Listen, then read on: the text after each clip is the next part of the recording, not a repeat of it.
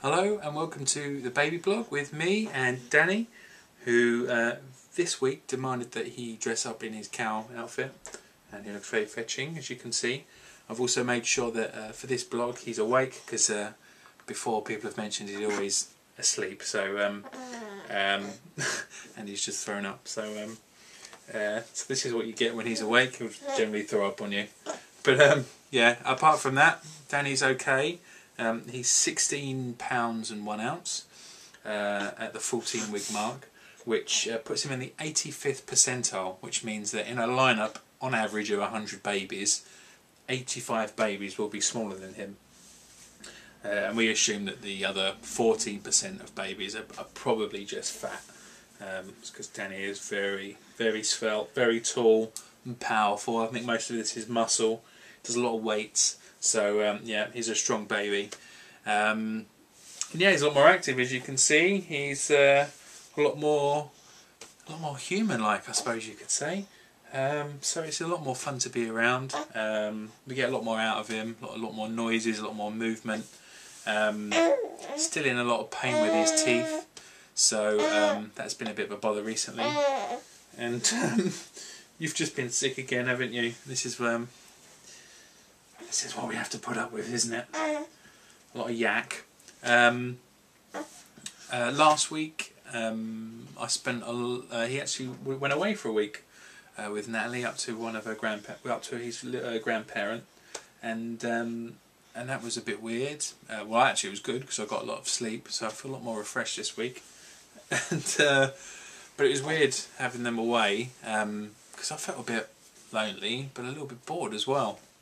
And it got me thinking, really, because a lot of the time, a lot of the time now, is the only thing that people really engage me on is the baby. So, and it was kind of a catch-22 situation where, you know, people ask me about the baby all the time and not really about anything else. But having said that, I don't really do anything else. So it's kind of self-reinforcing. Just frustrating, and I know Nat feels the same as well. And it's not his fault, but it is his fault, but not Danny personally. So yeah, so that's I think one thing that's been on our mind. But generally we're all okay, and we're enjoying having him around a lot more. Are you enjoying being around a lot more than you were before? Oh, he's quiet for a change. But this week I thought I'd give you an insight into some of the communication methods that Danny has. He obviously can't talk, but there's certain things that he does that we know mean something. So, for instance, if he goes like this, that means he's concentrating. If he goes like this, or if he goes like that, it means my tooth hurts. And we'll know that generally soon after that he's going to kick off. If he goes it means he's hungry. It's quite obvious, but that's exactly what he'll do. He'll do that for quite a while before he cries from being hungry, so that's quite nice.